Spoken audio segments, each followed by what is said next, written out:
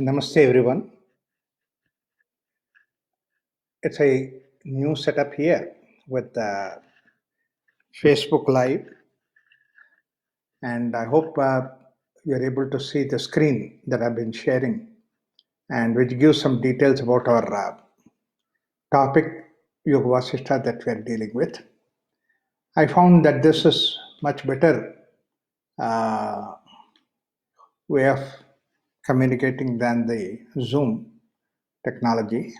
Let's hope how it will be once I receive the comments from you, then I'll be able to go further with that. Now let us start with the Shanti Mantra. Divi bhumau tatha kashe bahirantascha me vibhuhu yo vibhatya vabhasatma tasmai sarvatmane namaha. Om Shanti Shanti Shanti.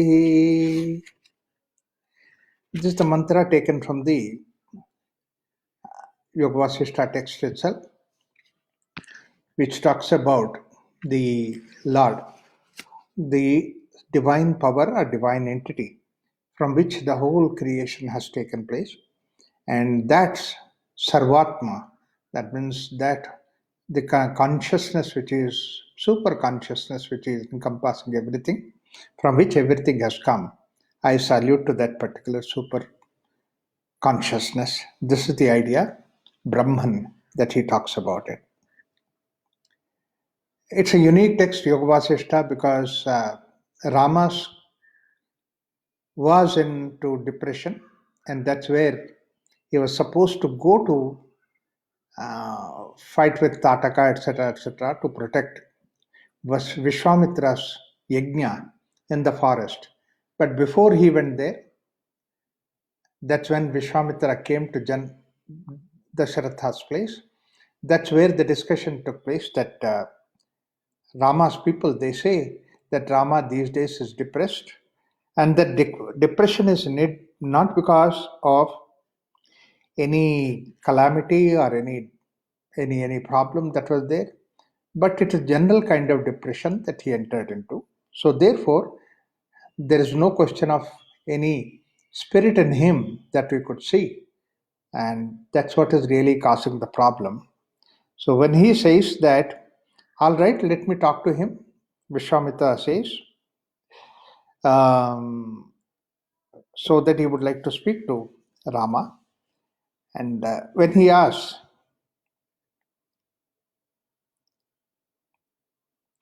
Etasminantare Ramaha, that is 22nd Sutra, Pituhu Padabhivandanam Kartu Abhyagatam Abhyagatastattra Pranamya Pitaram Mune Bhumau Parijanastirne Cha Asane Sa Nyavakshitaha Tata Rajna Munibhyam Cha Samprishto Mohakaranam Uvacha Vachanam Ramu Yatha Vadati Vistaram. So he now goes into the details. Rama explains about the cause for him, which brought him into this particular kind of a situation. And then this is where the sutras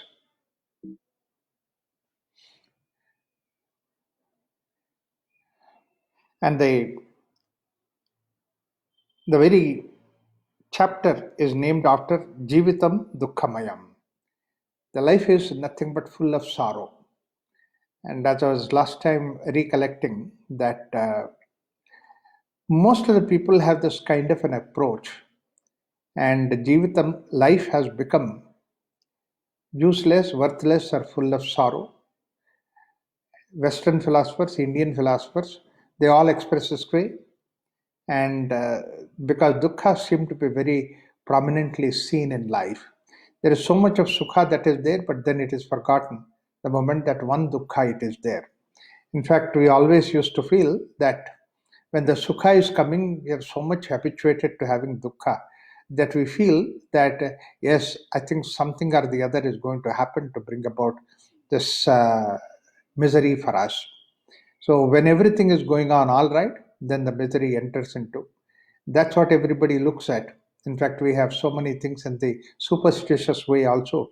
And the child is great when everybody looks at the child and show their happiness and joy about the child. Immediately, some elderly persons will be there, and then they try to see that there is no evil spirit on that child. So they have some ritual that they have developed, and they do that. Sometimes the ritual is so elaborate that the child gets bored and starts crying. Then they'll be everybody happy because the child now came out of that happiness, so that misery will be there.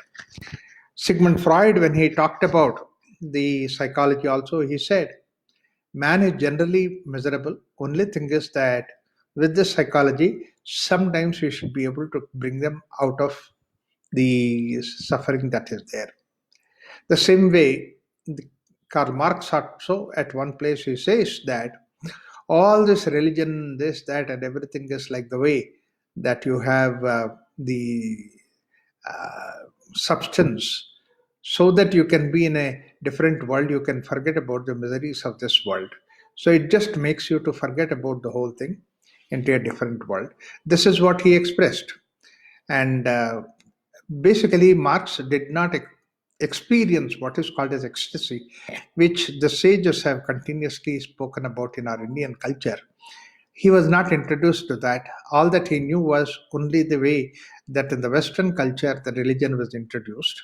While introducing religion, say that there is original sinner aspect is there, and then to come out of it, religion is there. It is basically to forget that the misery that you have. So therefore, life itself is nothing but misery, and religion is helping you to see that you. It is like a drug that you take to forget about the misery of life. And the same thing, same way that even Jean-Paul Sartre, also another great philosopher in the West, he also said that man is condemned to be free. That means the word of condemnation is something which is negative for the freedom that we have. Indian philosophy said the whole purpose of life is to go toward that freedom, whereas the Western culture has said that man is condemned to be free, and therefore he is miserable. And another thing is that the idea of freedom that they knew was the freedom that they used the world, the material world. That is what their idea of freedom is. Whereas Indian philosophy says that the real freedom is the freedom from the material world so that you become blissful yourself. The happiness is what normally we think of, joy, what we think of is that what the matter appears to be giving. Whereas Indian culture always said the bliss is your own nature. Look at the child naturally blissful, and that bliss gets expressed when a moment comes across any object or anything like that. But then bliss is our own nature. So this is what is the way that Indian philosophy says. And here also, in fact, in many of the other scriptures also, we are searching for the happiness. We could not find in many different ways. And then I studied, I learned, and this and that, and all that thing. But ultimately, that I'm still suffering, I have the dukkha within me.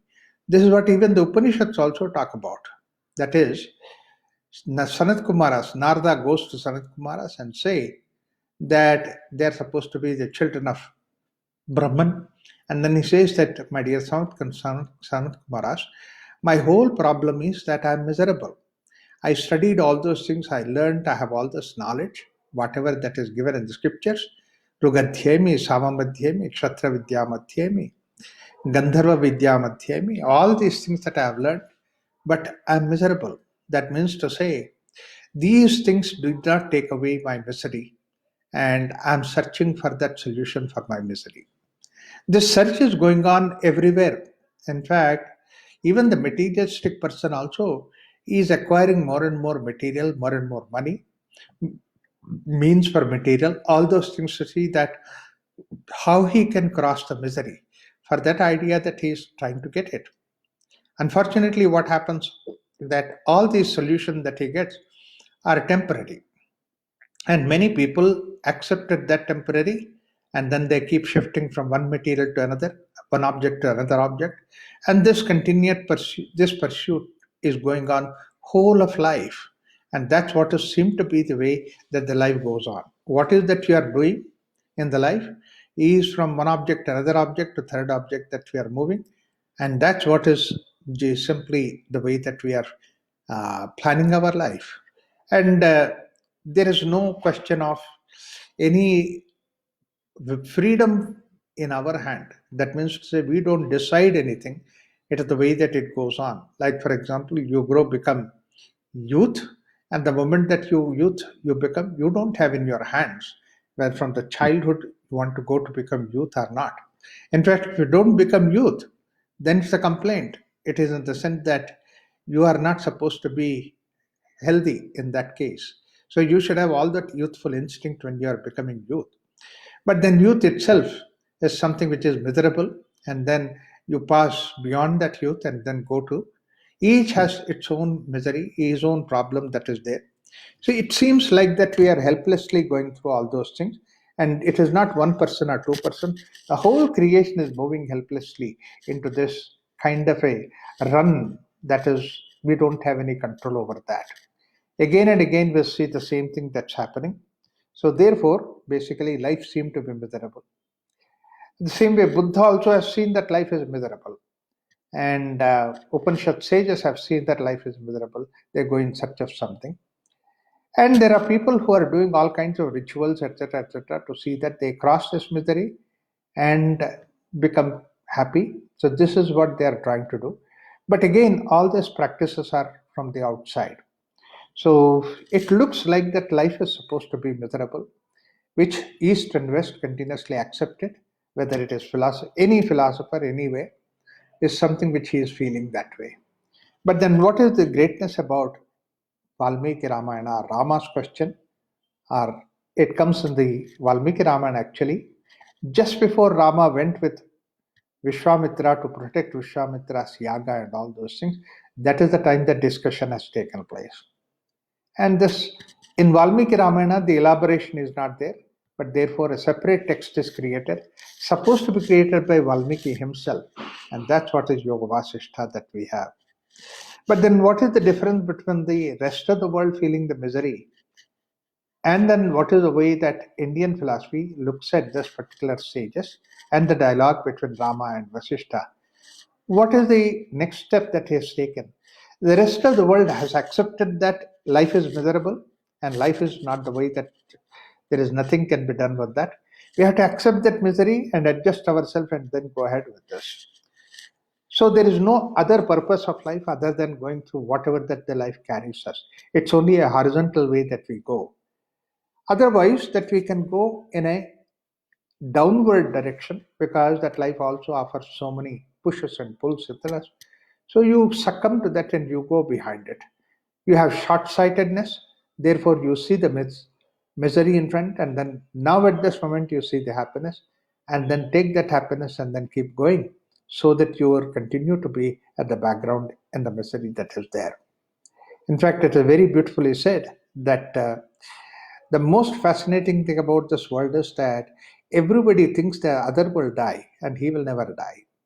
And this is what is one of the Yaksha Prashnas. Yaksha asks Yudhishthira, and Yudhishthira answer is that this is a miracle that everybody sees the other person dying, but he thinks that he will be eternal. I have actually seen that in the case of cancer patients. They are all terminal cancer, and the next bed cancer patient died. And this person who is there in this bed, he says, poor fellow, he died. But what about you? You're also waiting in the list. But then we don't realize that. Life seems to be misery and accept that misery. Whereas Indian philosophy, the way that Indian science talks about it is that you can rise above that level. That Rama gets into that depression mode, and that is what basically takes him to depression because life is meaningless, and therefore the discussion goes on. So, so the rest of the world has stopped at that level, and they try to manage at that level, whereas Indian philosophy tried to find a solution, and that solution is what is basically the Yoga Vasishta text that arises. So, therefore, in the 25th and 26th sutras, Rama says,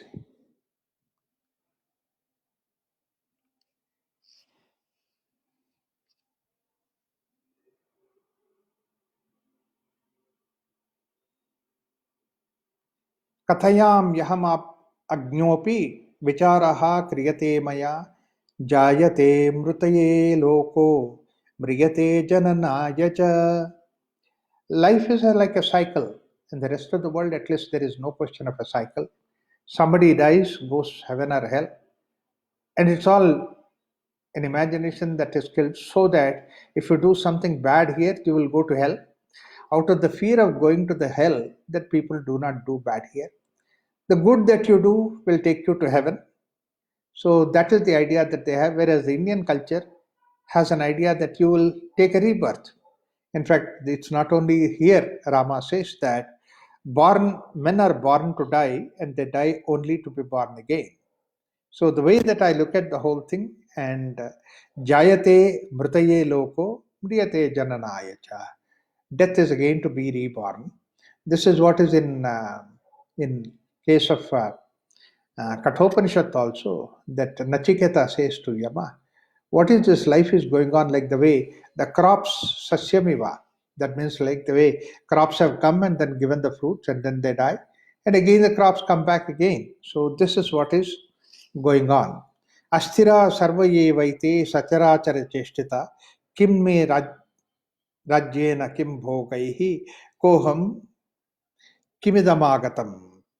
All these indeed are impermanent. Everything seems to be impermanent. And that's what he says, that nothing is permanent here. And this is again the way that in Bhagavad Gita, Krishna himself says, Abrahma bhavanal lokat punaravartin Arjuna. There is nothing like permanent even in the Brahmaloka or any other loka that is there. It just comes and goes. Asthira sarvaye vaite sacharaachara cheshtita kim me rajyena kim bhog. Koham kahamidam agataha. Then who am I? And what is this has come here? What is the problem that is there? And now, one immediate uh, point that comes about is that then if I do something, why am I doing anything? After all, it's not going to be there, it will also die. Like the way that I write down my writing on the water that I do, it's all about that. There is nothing beyond that. Is there a way that something which can happen? And this is what is the way that uh, Upanishad explains about that.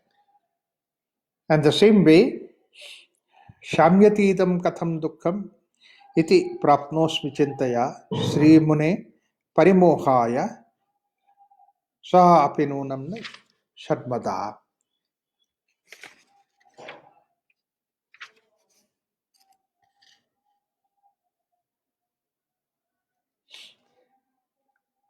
Now,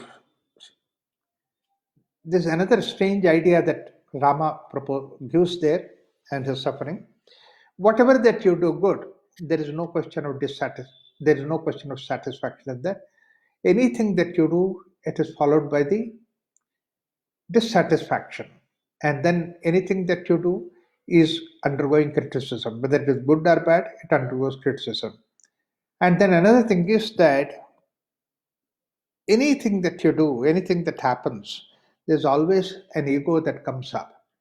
Desire and Maya, these are all the things that are there.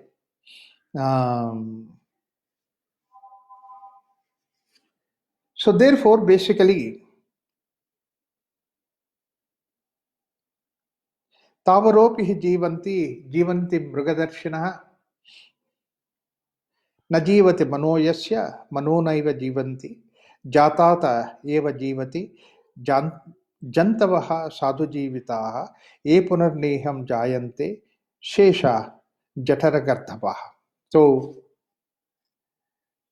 anindascha,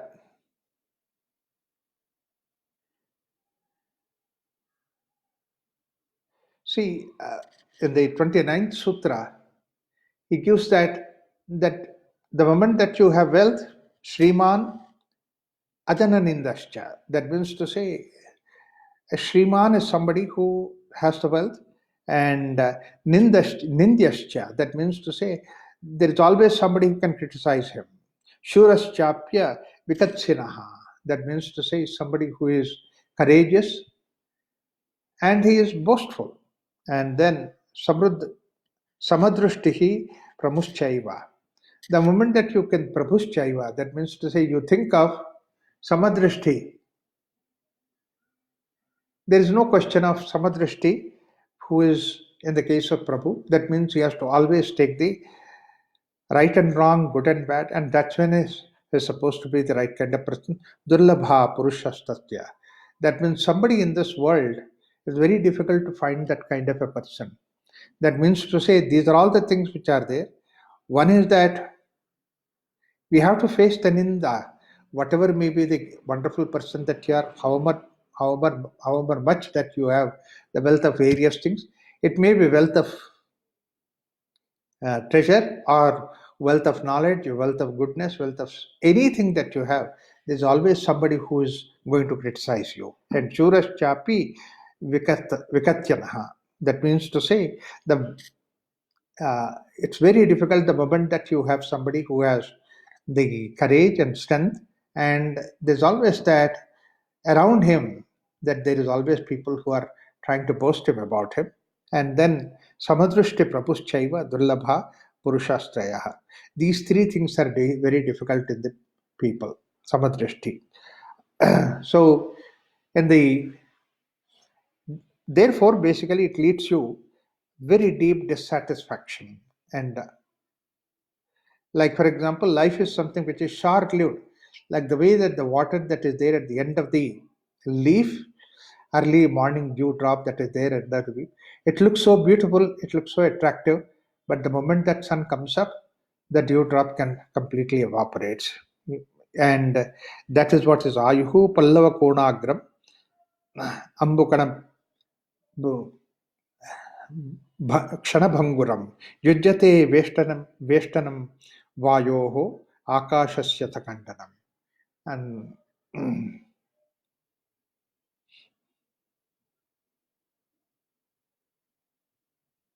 Grathanam cha taranganam astya nayushi yujjate. Like the way that all these things are short lived. So, therefore, there is a deep sense of satisfaction in this particular thing. And avivekanaha shastram bharaha. Somebody who does not have the knowledge is stupid. For a person, the shastra is a burden. And then jnanam cha raginaha. However much the jnana that you have, knowledge that you have, but the moment that you have an attachment, and that knowledge becomes like a burden.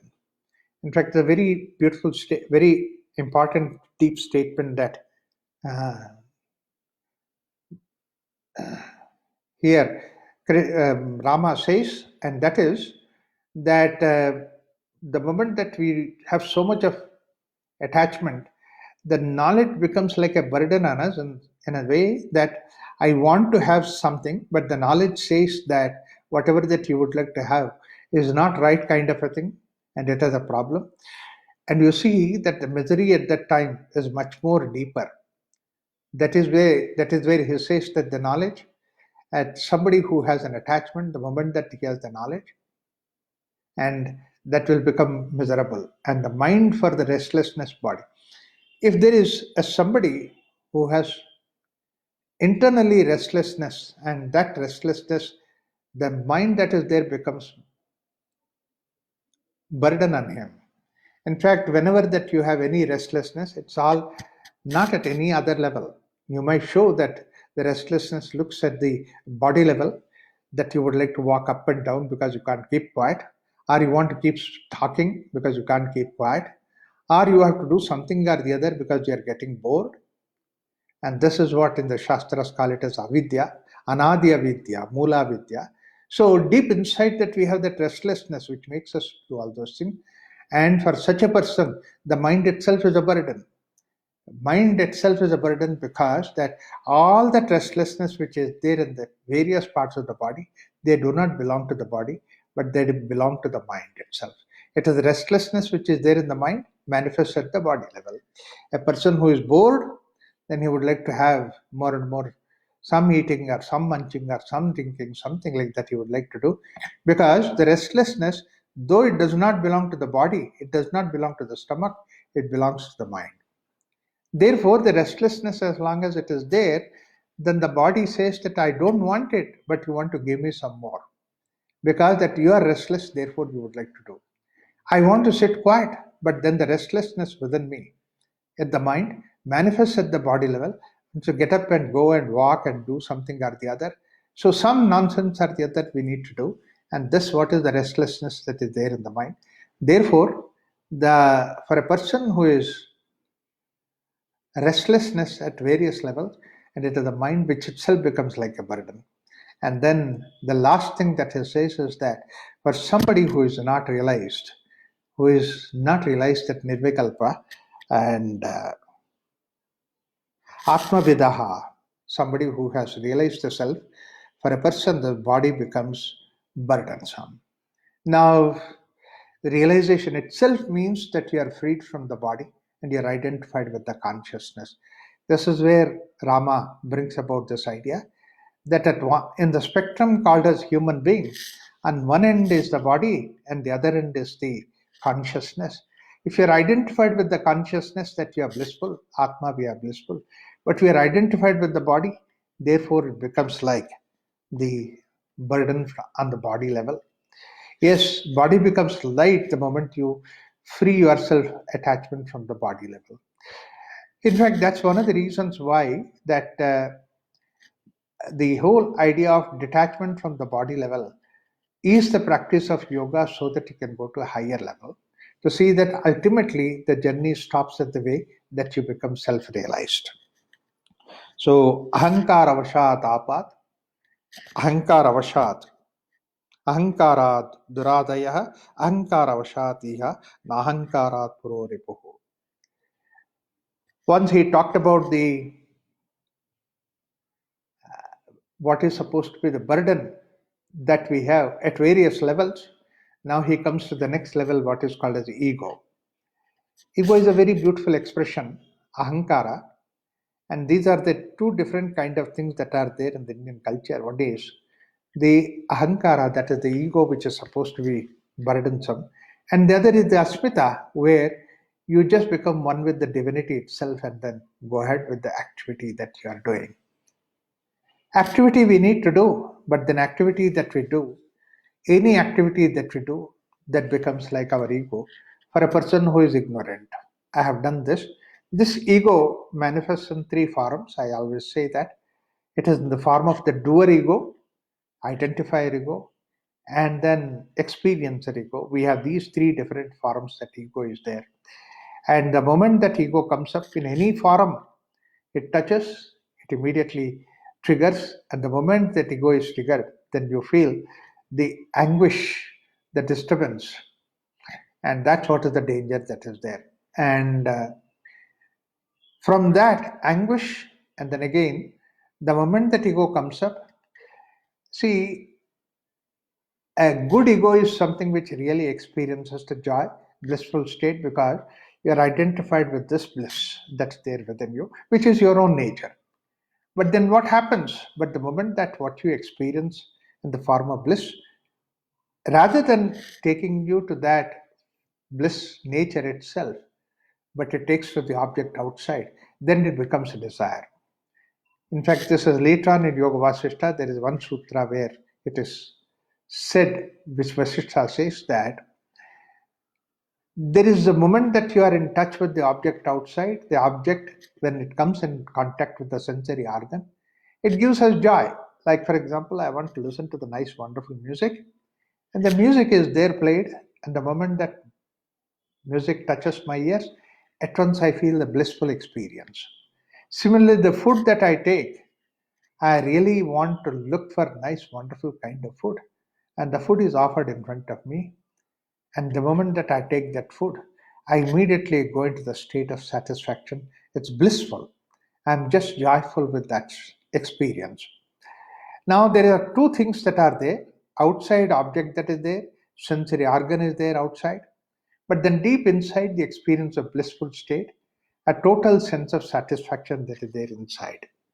But then the moment that you do not identify yourself with the object, with the bliss inside, and leave the object aside, you are identified with that blissful nature, then you don't run behind the object once again.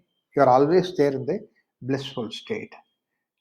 But then when it does not happen that you hold on to the blissful state, it looks like that your sensory organ is giving the happiness, blissful experience, or the object is giving the blissful experience. In either case, that you are attached to the object or the sensory organ that is there, both of them outside, and that results into desire.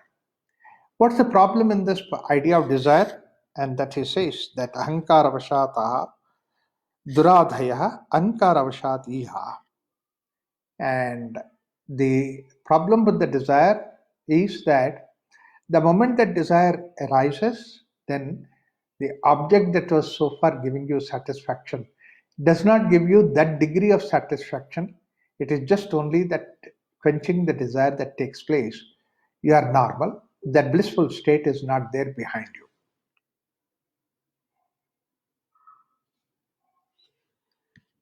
So, what we require is to be able to hold on to the experience within the blissful state. The bliss experience is our own nature. It's our own nature. That's what is the bliss experience. And but then we get caught up in this particular thing. Therefore, in all these cases, whether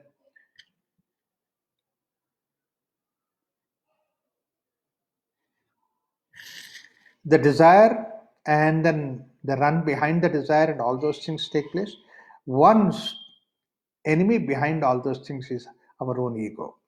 And it's very subtle, very difficult to recognize this ego, because ego is something which seems to be important for doing the work.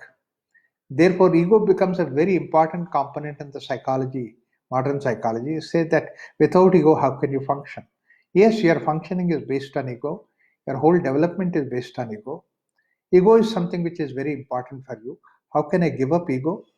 The moment I cannot give up ego, I have accepted the ego as it is without understanding that.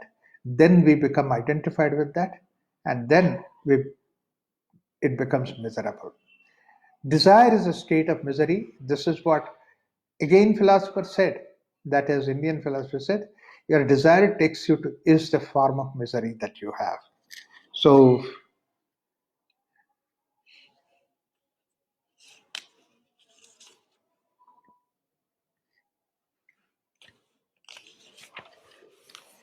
it looks like that whole life is fighting with this ego, fighting with this ego, fighting with this desire, fighting with the way that it's going on. It looks like a continuous, endless fight. That's what life is. And how to come out of it? And the solution for that, I mean, he comes to the solution later, but before that, he says that life itself is desire. Fighting with the constant fighting is what is life. Life is a journey where you're constantly fighting, not with anything else, fighting within yourself, because that you need to be in this world, you need to be interacting with this world, you need to go to the object and all those things. But at the same time, that the very journey that you're going to the object, the very journey that you are trying to take care of yourself, is going to strengthen your ego, and that becomes like a problem that is there. Apart from that, now he comes to the next level. He says that it is mind which is creating all this problem that is there. When you look at all this desire and everything, that's what earlier he said, that it is the mind which is the culprit behind all those things. Where the mind is there, then we have the problem. If the mind are not there, there is no problem. Many times that's why people say that if somebody can knock off my head, then I'll be peaceful, I'll be happy. The peace is there, it's not anywhere else. Again, the peace has to be there in the mind itself. It is like the way that somebody who is wealthy can only understand what he means by giving up that wealth, importance of that wealth. But as a person who is not, who is poor, there is no question of giving up. He doesn't understand the idea of giving up. Same way, the mind which is taking us to various aspects, that only that can take you towards peace of mind. That prashantata, that satisfaction, that sense of supreme satisfaction is there with the mind. In fact, fortunate that human being has the mind. No other creature has the mind like the way that the human being has. The mind that the other creatures have, It's only very limited purpose. It's also programmed way they do it. Human being is not programmed. Human being is somebody who just moves every time by conscious decision that he takes. Animals, birds, and all those things, they don't have to make any decision for themselves. They just survive as the way that they are programmed. Like the way birds create nest, so that in the nest that they cozily sit down and then lay eggs and all that. And the moment that the work is done, that they fly away. Similarly, ants make ant hill and then stay there, and once the purpose is gone, they go away. But the human being is somebody, he does not create this or that, but he can create anything. That he create houses like the way that they are nests, and he can create the houses that are like the way that these ant hills are there. So that's what these days that you can see all the box-like structures in the cities that we have.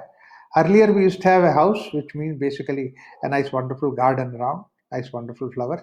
In Bangalore, that is what I always used to envy, because the moment you come to Bangalore, what you see is that every house has a garden at the front, a garden at the back. In between there is house, and then there is a pathway to go into the house, and then there are, you see the ant hills here and there and all that. It looks very beautiful, it looks very nicely blended with the nature. But then man is genius, therefore he created these days all those vertical buildings where it's like a pigeonhole that we have all those houses, and then people stay there. So this is what is the way that it is. Then what happens is that he becomes so limited, he becomes so controlled. So the mind is constantly engaged one after the other, and then it is easier to drink the whole of the ocean than to control the mind, restrain the mind. This analogy is useful because ocean seem to be something which does not have any limit in it. Ocean is so big, so huge, and it can never come down or more increase or anything like that. So the and such a thing which is supposed to be so vast, so extraordinary, so much that is there, even that kind of a thing like an ocean, you can even drink. That means to say you can consume that, you can be satisfied with that. But then mind is something which cannot be controlled or satisfied. In fact, the more and more that you give it to the mind, the more and more it feels dissatisfied. More you subserve the mind, the more the mind demands. In fact, every time that you take care of the demand of the mind, you only feel that you are trying to give the satisfaction to yourself. But no, actually you are trying to give fire to the desire, because every time that you subserve the desire, this time desire feels that now I am encouraged. So this master is somebody who is now giving me more and more. That means to say, I am becoming more important. Therefore, it becomes more grown, more powerful. Just imagine yourself that what you used to be satisfied with small little simple thing. Today, after you have grown up, it becomes, I mean, that becomes unimportant. Now you have want to have something bigger, something greater. And this journey for more and more is going on, and the journey now goes for bigger and bigger things. And therefore it is said that a poor man is unhappy about small little simple thing, whereas a rich man is unhappy because of the bigger things. Therefore the rich man's unhappiness is bigger compared to the poor man's unhappiness, because that every time that you go behind the object, it looks like that you are subserving the desire, you are taking care of the desire, and not otherwise. And this is what is generally the way that people go ahead. And then they feel now that what they do is that they create one particular limit in their mind, saying that okay, anyway, this continues to be like that, and which is not there in my, not my cup of tea. So therefore, I plan in such a way that I draw a line saying that yeah, I go for this, and I don't go beyond that. Not because that you did not want it, but the simple reason is that you feel that you are miserable, you can't go that, you don't have the enough strength or vitality to go there, therefore that you stopped halfway. So we all draw a line, and that line is not satisfactory. The line is just only an idea of compromising with yourself, sympathizing with yourself, saying that okay, don't struggle for, and be satisfied with this one. Our satisfaction behind that is something what is negative. We are not positively satisfied. That's an unfortunate thing with our satisfaction. The second aspect that he brings about this is that life is changing like a mirage. Life is never steady. And in fact, again and again, that you hear this kind of an analogy. That is what is given in the 43rd Sutra. Raktamamsa Mayasya Sabhahyabhyantaram Mune Nashaika Dharmano Bhuruhi Kaiva Kayasya Ramyata. After all, what is this body? It is nothing but made out of flesh and blood and this and that and all that kind of things. And what is their charm in this particular thing? And whatever that is there outside, inside is all something same, like all these things. It is nothing but blood and the flesh and all those things. And then, and anyway, and as it continues, that the whole thing gets destroyed. One after the other, that you see that the whole body, the whole life is going to be going through that particular destruction process. And what is the beauty? Why are we paying attention to this body? When Rama says that there is seriousness about it, when others say there is no serious, the same thing about when Shankaracharya says in Bhajagovinda Shloka, there is seriousness about it, there is reality about it, he feels about it. But others, it is not like that. Just because Shankaracharya said, we agree with him. Just because uh, Rama says in this particular place, we say that. Similarly, our people also that they like a parrot like that they keep giving this particular idea. A person many times a spiritual, supposed to be so-called spiritual person gives an idea, saying that what is after all this particular thing? This is nothing but blood and flesh and all those things.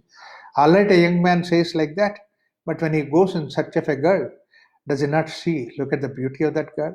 Look at the intelligence. Look at that knowledge. Look at this. Look at that smartness. All those things when you want. Not only that, even a medical doctor who clearly sees that body is nothing but this flesh and this and that, all that is there on the operation theater, on the surgery table that he sees. But the moment he comes out of it, again, he's not looking at the human being as something which is beautiful, extraordinary, and therefore he would like to take care of it. So this seems to be like that. Our perception outside is different, and then our mind is something different. They don't go hand in hand. Our intellect is something different, but then our perception is something different. There is no match in that particular thing. So that is what is the one which takes us towards this part. Knowing fully well that this is like that, why are we still going behind the body, behind these things?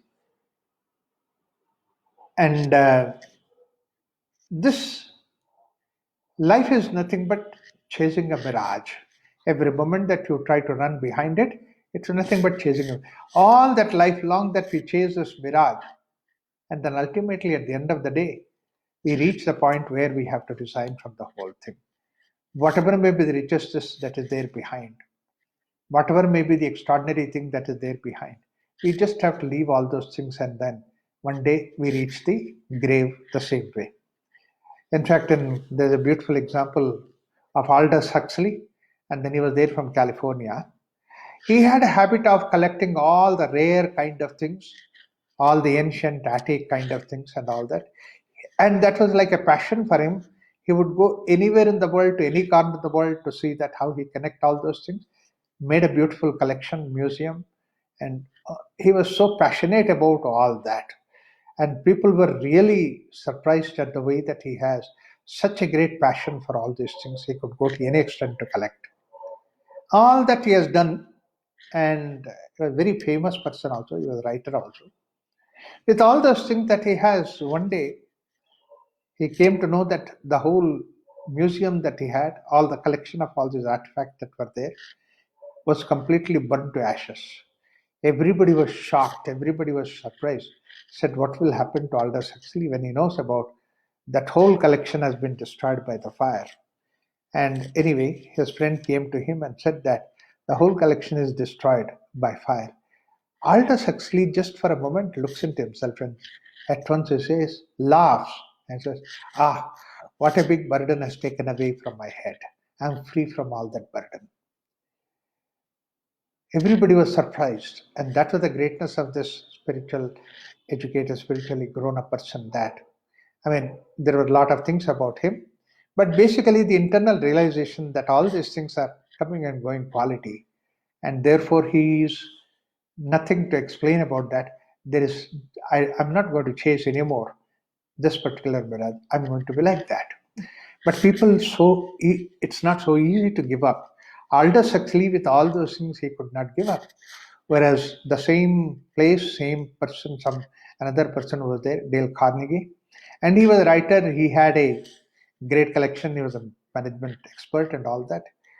He had a lot of money, made one of the richest person in America. And then when he was about to die, then somebody asked him that you must be really happy that you made so much money. I said, no, I'm not happy because still there is something which is remaining. I wanted to make little more money, extra more money, and I could not do that. I'm not satisfied with that. So everything that is there becomes like more and more. The more that you have, the desire for more and more increases. Now, when you have more, then that more that you would like to have, the desire also goes in exponential way. It grows much bigger way. Therefore, the misery of a rich man is greater than the misery of a small man. A simple roadside fellow is much more happier than a person who is rich, a multimillionaire, because basically that his desire and his wanting to achieve, wanting to become a second, a part of that particular club, elite club, is something which is different. This is what is continuously going on, even in the spiritual circles. Also, I see these days that there is so much of rat race going on behind this object outside. There is one supposed to be a sadhu. I don't want to take his name, but then he was there. He made a lot of money himself, and then he wanted to give me a tour of his place. He went around the whole place, introduced me all those things. While introducing this and that and all that, he was so proud. I could see the pride in his words, talking, and said, all these things I could do it single handed. I didn't have any money. From that, I built up all those things. And so much, and all this worth so many tons of money. But then at the end of it, he said, look, I do so much of work, I do so much of hard work, I know so much, but look at the way that I have done so much. The other Swamiji was there, and he doesn't even know whatever that I speak about and all those things. He doesn't have half the knowledge I have. But look at him, he's twice as rich as myself. I was surprised because that people are not satisfied, because more and more that you have, the desire becomes much more. It is not only in the case of money that you have. Earlier I said that even the name and fame, that also drives you into a madness like that. And the people who follow, that also becomes your favorite, and that also becomes like you are more popular. The other is more popular than you are. Like that, when you look at it, how many different things in the world that are there to drive you. And this is what Bhartrhari in his Subhashitas, he talks about it. He says, I love somebody and that person is pulled towards me. What is a misery? Now, how can I overcome this kind of misery?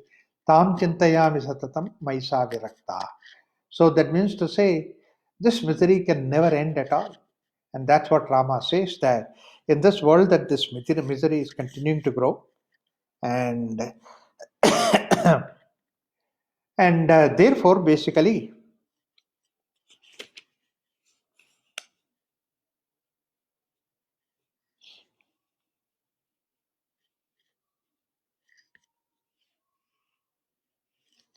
and further he continues to describe about all those things in the 51st and 52nd Sutra, which is set in the form of a small little story that a saint was sitting, a small little hermitage, he was there, and then doing his meditation, whatever that is there, he used to have it.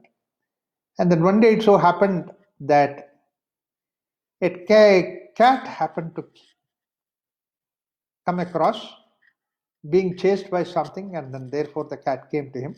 He gave shelter to this cat. No, actually, this saint, and he hardly had anything that way. All that he had was one simple kaupina that he had, and that kaupina is a small little cloth, a lion cloth that he used to have. Just to wash it, clean it, and keep it there, and the next day it is there for ready for him. This was all the simple thing that he had. But then it used to happen that there was one rat which used to come and make holes on that particular thing, and then he had to fetch for something different every day.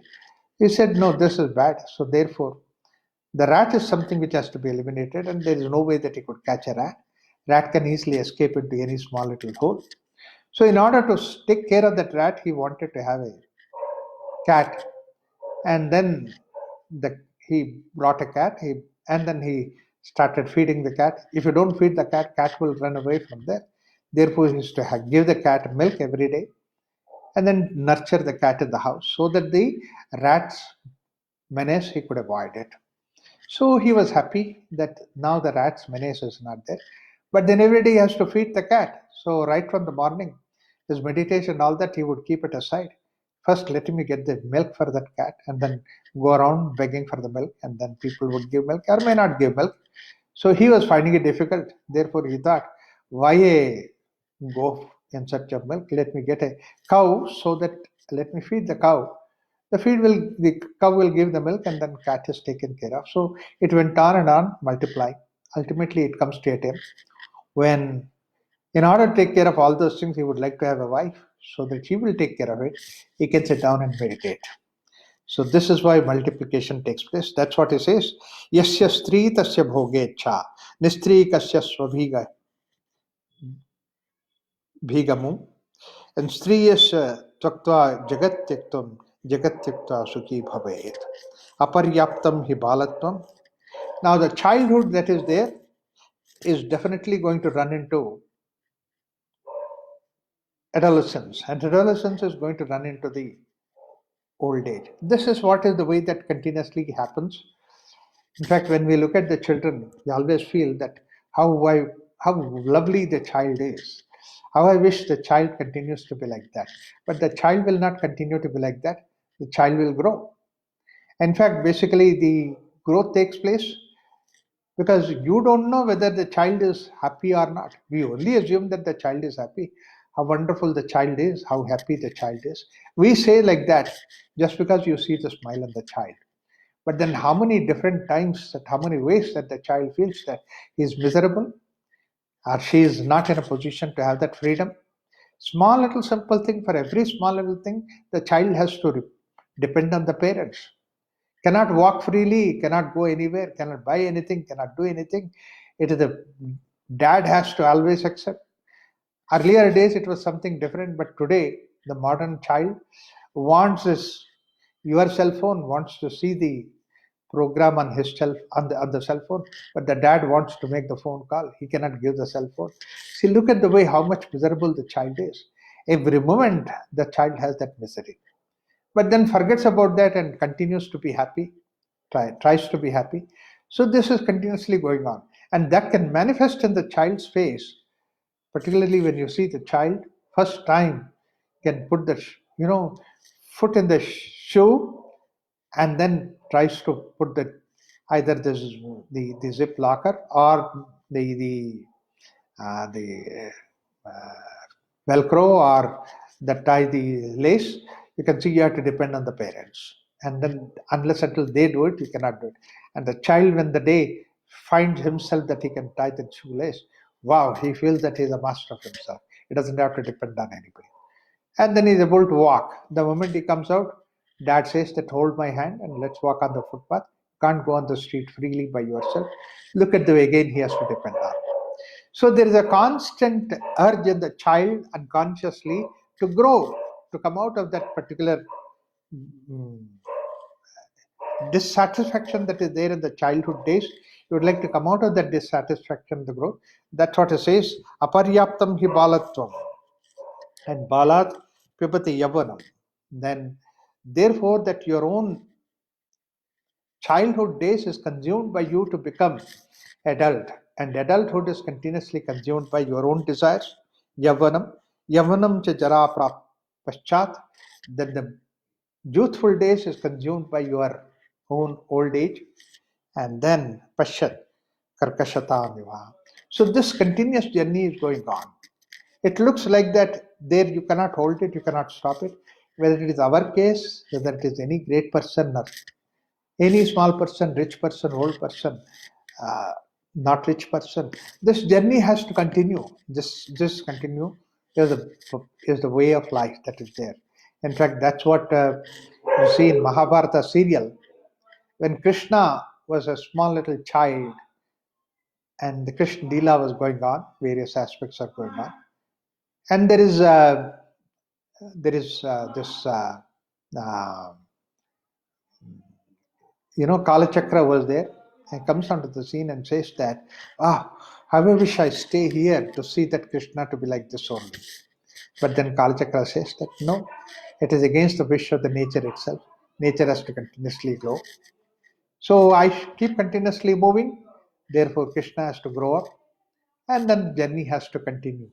So this particular thing that continuously goes on, and that's what is the life. And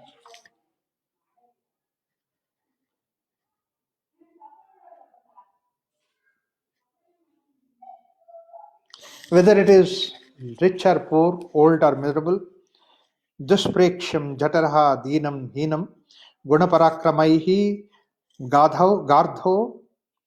gardhokshami abhyati saulabham saulasam paribhogeshu न शक्यते हृदयं बह्यते नूनं shakti dausthe vartake. This is something which is going on continuously. Now he comes to the level of the solution is the Kala Bhairava is the cause for the whole thing. That's why the fifth chapter where he comes about uh, portion of it, that is Kala Bhairava, the might of the twine. As I said earlier in the Mahabharata serial that Kala Bhairava comes, that means to say Kala Chakra comes and says that I have to continuously move. I cannot stop at that level. This continuously has to go on. Now here, what is more important is Rama says, everyone knows but tries to complain about this particular thing. And that's what the time that is moving. In fact, you can see that the time moves. When you are a child, the time was so, you feel that when you look at the child is enjoying. But when you are a child, that was not the state with you, that you would like to move ahead. Similarly, youth, when you see that, the way that youth is enjoying in this world, a young person, a youth, adolescent, and then you feel that, wow, what a wonderful time it is. In fact, many of the poets, authors, they write youthful state is something which is extraordinary. But all that when you are in the youthful state that you can realize. What happens? Why is it like that? It is because the simple thing is that you are grown up, then you will see that. That is the reason why even old people when they get together, or when the child sits with the grandfather, parent, grandparents say, when we were children, how wonderful the life was. Rice was available 1 rupee a bag, and we used to walk through the forest to go to this particular place. So all that we used to say, the old man will be saying, and the child will be looking at it, and the child will be nodding the head, approving that kind of a thing. But tomorrow, when you happens is that when this child becomes old, and this child also is talking to the grandchildren, will talk in the same way. During my time, it was so wonderful that we used to have this, Android phones and this phone and that phone, because what happens is another 30, 40, 50 years ago, the life has so much undergone change that change is so different. And this particular changes we have brought about. We wanted that the progress has to take place. Those days when we were children, that there were no proper roads, therefore we were going through the forest. But we wanted to have roads. That's why we built roads. Once we built the roads, now we say when we were children, how wonderful we used to walk through the fields to go to the place. And then in the field that there used to be to enjoy that, all kinds of things we used to say. Similarly, when we are childhood, we never imagined that those days to walk a small little distance we used to take about 2 hours to 3 hours. But then today, we did not want at that time to take 2 hours. That's why we have increased the speed. Today, in twice of a minute that we reach a place, we negotiate all that distance. All that today doesn't appear to be something which is different. But then this progress that we have done, we do not recognize that. This is what is the problem of desire. A desire is something, desire for something, the moment that the desire is fulfilled, immediately that you jump onto another object for the desire. Therefore, desire always survives. Objects may be there, may not be there. Desire always survives. It is the desire which is the problem, which is making us to run continuously. And and this is what is everybody's complaint. Everybody's activity is like that. So this is the way that life continues to chase us, go us this way.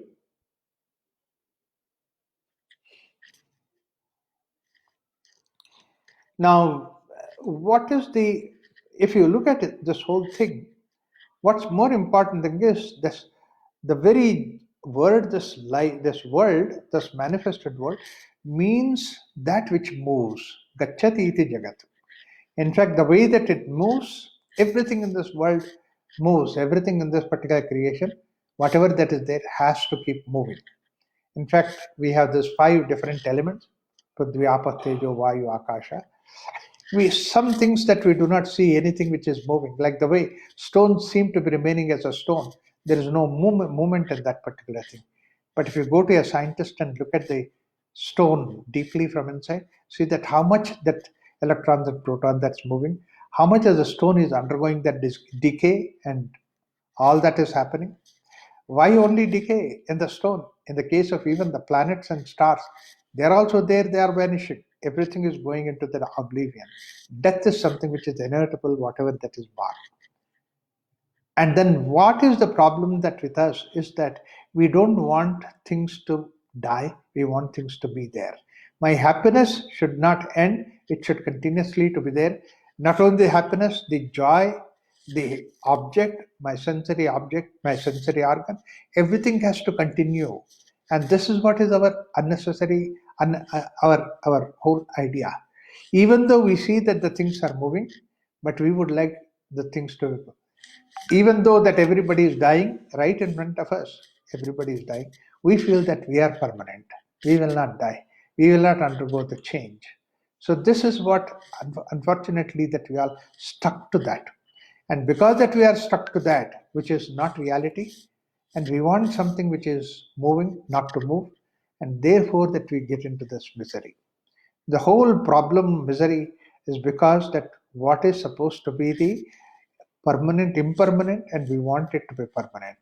What is supposed to be short lived, we want it to be always living there. This particular aspect is something which is binding us, which is making our life miserable. In fact, you know very well that this is one day going, and then misery and the happiness goes away, and then this event goes away, and then you are pushed into a different event which may be painful to you. But then, in spite of it, we go through that, we know that, but then still that we are stuck in this kind of a thing. I remember when I was young, just finished my engineering and then joined job, and I was working for 5 days in a village in rural atmosphere, and then 2 days I used to come to my uncle's place, and they have children in that colony. They have five, six, seven, eight children, and then they were all very happy playing with me.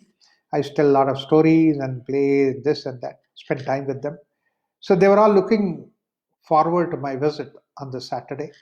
And the moment I Saturday come, my little niece, they used to come and then say, "Oh, Uncle Raghu, come." And then immediately next question is, when will you go back? That means basically the idea of going back is there behind their mind. So we are always stuck up with that idea that this goes away and then I'll be miserable. In fact, you can see that everywhere this question of depression comes because that you are pushed into negative. In fact, the more and more the joy that you have in one corner, the other corner, you can see that diagonally opposite. The misery will be of that extent. That's why I say that a misery for an old man, misery for a poor man is less painful than the misery for a rich man. Uh, so essentially,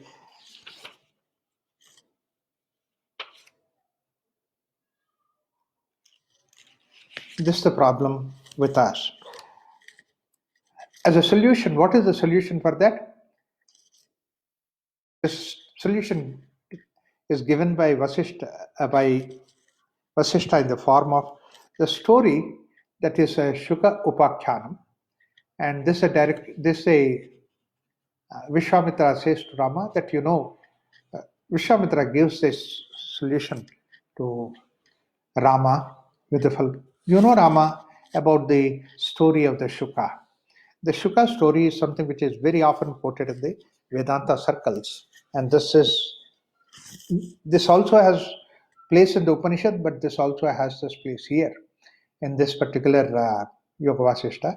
That's what it is called a Shukopakhyanam. In Shukopakhyanam, the story is that when Shuka was also like miserable, like the way Rama was miserable, and then Shuka goes to his father. His father is very learned scholar.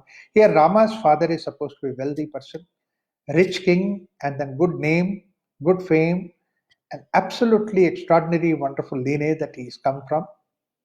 Dasharatha, in fact, unfortunately, in some of the serials that they show, that Dasharatha is a miserable man, but he was not miserable. Extraordinary, wonderful person. That's why his name was Dasharatha.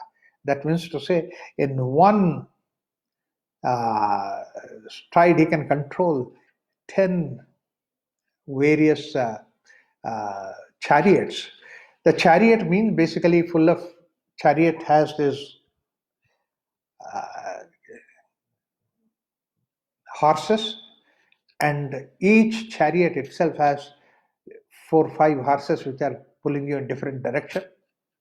And then when they are at the topmost speed, that means to say it is not just control one horse, but you have to control all the 5 horses together equally. So it indicates about our body. It has got all these senses. 5 senses drive us in different direction, and therefore basically controlling one sense means basically you might control one sense, but immediately all that energy goes into the other sense, and that becomes crazy. After all, you are driven into craziness by one sense or the other, like that it is there. That's why it is called as, this body is like a ratha driven by the senses that are there. Like for example, your hunger is disturbing you, you divert that towards something else, and now that becomes like your engagement, that becomes like a problem. In fact, sometimes what happens is that you control these senses and it directly acts on the mind in such a way that the day when you do the controlling of the senses, your mind becomes so irritable and disturbed that you know the dad is doing the upavasa on a Shivaratri day or something like that. The mom says to the children, today be careful, don't go in front of dad because he might get irritated, he might shout at you. Avoid him today because he is doing upavasa. That means to say fasting. So at one center you control, at other center your irritability, your other things manifest. So therefore controlling the 5 senses itself is something which is great, to see that they go equal pace and they also stop equally at the same time. You have mastery over that. Like that, with one's chariot, it is like that. Whereas his name is Dasharatha. That means 10 times forcefully that his senses drive, he can control himself. That is the kind of an extraordinary, wonderful person Dasharatha was. And the kind of respect that Dasharatha has, unless until Dasharatha is of that particular nature, of that particular scholarship, a person like Rama is not born to an ordinary person. Dasharatha is something who is extraordinary. And Dasharatha's son is Rama, and Rama is into despondency, into depression that is there. The same way, Dasharatha is on one side that he is so many different virtuous qualities that he has. In the same sense, the same Vyasa is also somebody extraordinary scholar, extraordinary knowledge that he has. He is the person who created all the four Vedas. He is the person who has written the Puranas. So many things he has created, and his son is Shuka. You just imagine what must be the genes of Shuka that he was there. And then he also entered into that kind of a depression. And he goes to his father. That is, Shuka goes to his father, and that's what is Janaka. I mean,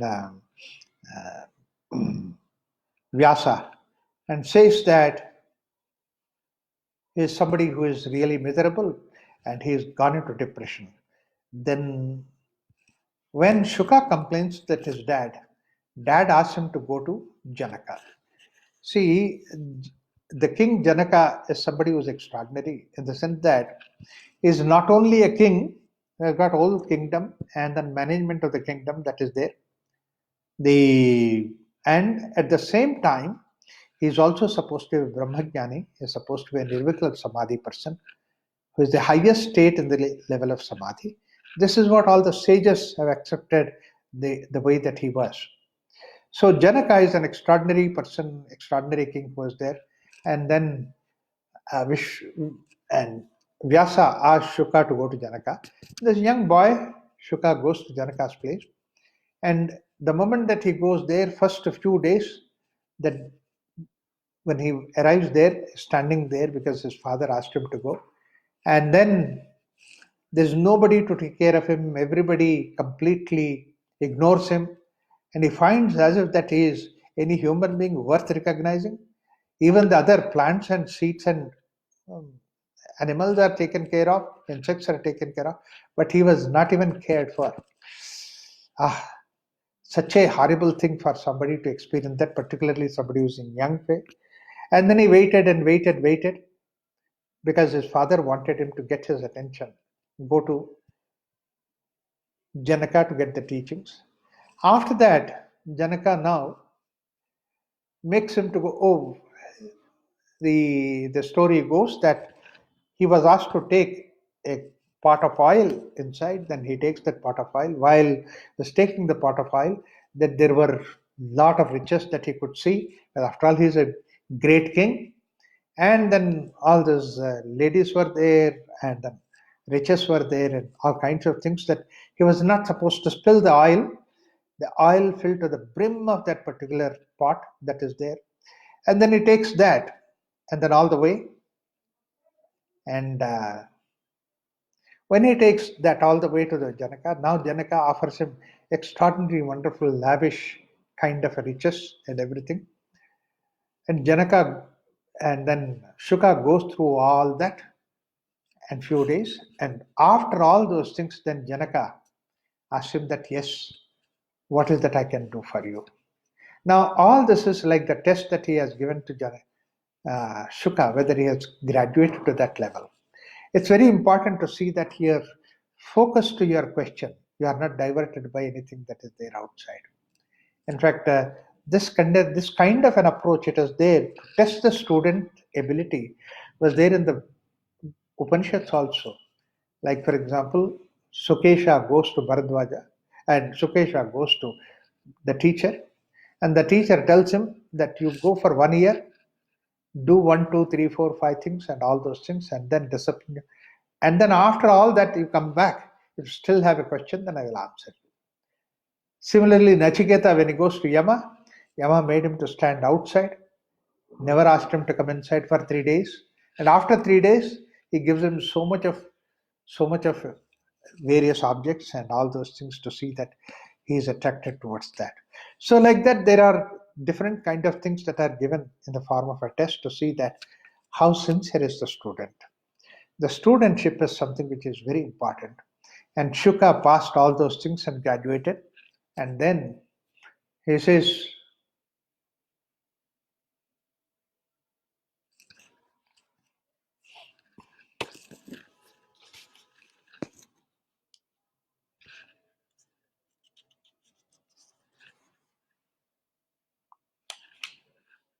now let's come to the question of the king asked, Kimi hitam tadotyuktaha shuko rajanam abhravit.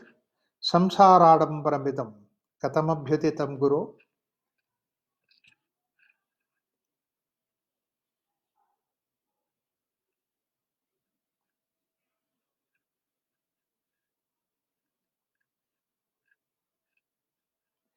Before that, when Shuka approaches Janaka,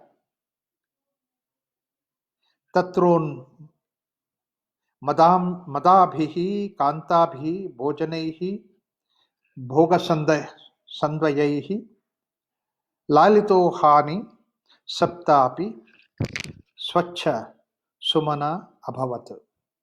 All those things are given, and Parignyata Swabhavanta Aniyam Prananamaha Swagatam Te Mahabhagaha Prapta Khila Manorathaha. Now, after all those things, now Janaka goes to him and says that, welcome to you, my dear boy, Mahabhagaha, you're an extraordinary, wonderful person. And then you have attained all your desires. That means to say, you have crossed all the desires, now you have come to me. Now, this is something which is very important statement. That is, there is one level where that you have the desires, you are caught up in the desires, you are easily dragged by the desires that are there. But then there is one level where you become completely slave to that, completely given to that. But then from that level, this is a next higher level where the desires are there, you have a control, and you know how to get into that desire, all those things that are there. But then there is next level where you are crossed all those desires, you have crossed that. So that therefore all these things do not attract you any of your attentions at that point of time, because that you are absolutely focused. This is what we have said in the in the Patanjali Yoga Sutras also, that somebody who has reached that level of mind where asampragnata, that means to say, that is outside world is there, outside pushes are there, outside stimulations are there, but they don't touch you. Say that means sampragnata, that means outside stimulus still touches you. You are available for that. But from that level, your mind has become so purified. You go to that degree of purity of the mind that these things do not touch you. This is what is the idea, that all those things that are there, whether in the form of suffering or in the form of luxury that is there, offered in front of Shuka. Shuka is not touched by that. So therefore, he says that you have attained all your desires. Mahabhagha prapta akhila manorathaha. Akhila manorathaha. That means to say unending, extraordinary kind of mental peace that you have got all those things. But in spite of the fact that you have conquered all those things, material, but still that you are not seeing the happiness. So this is what we need to recognize, that just because that we have controlled, you have conquered various desires and all those things, that you still do not have that joy of life, that blissful state of life, that spark of life that you have not got. Many times that's what happens with the people who have done lot of controls, disciplines, and then lot of conquering of the sensory organs, sense drives, and all those things. Absolutely, that they are wedded to that kind of a simplicity. But in spite of all those things, you can see that the spark of joy of life, they're living, that living aspect of it is not seen on their face, which you can see in small little children, which you can see in small little puppy in the house. The moment that you come back, the kind of glee, joy that is there in the puppy that you can't see, the kind of feeling that you have when you see the flower that flowers, and that still not be there. So, like that, all these things are there to show that how difficult it is to see this kind of a thing. That what is your wish? Shuka told us. Then, how did this show of worldly existence arise? Now you see that I have gone through all these things that are there, worldly existence. Samsara adambaramidam, katham abhyuditam guru. Adambaram. Adambaram means a show. All that what is show outside, where does it come from? What is the origin of it? And abhyutitam guru, how does it come? Katham pashyamaya yati yathavat kathayashu me ityukto janaka praha putra prokta proktam. yatheva tat.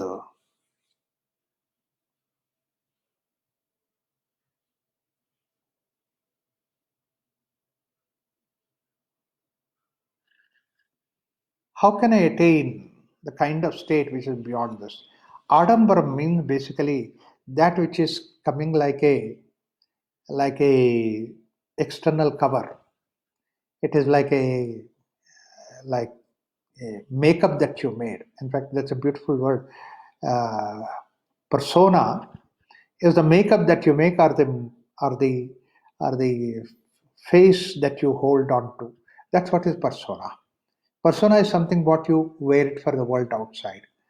The world wears all these things, and then you wear according to the world outside. Your shape, your position, your this thing. What is there deep inside is not that.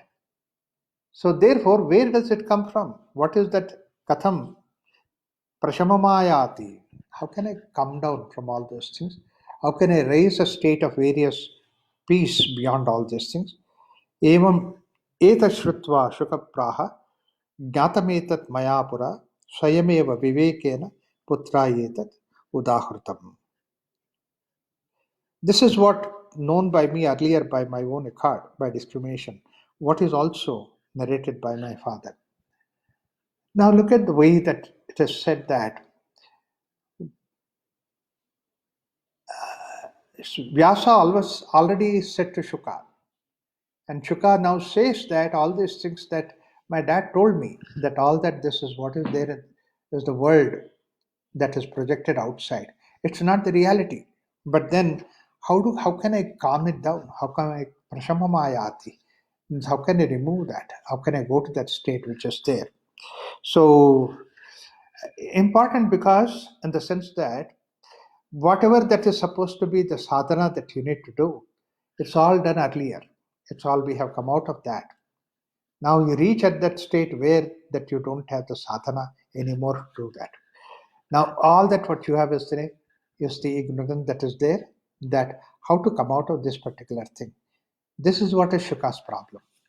In fact, if there is something that you can do by doing some pranayama, doing some meditation, taking some om, any of those things that are there, he could suggest it.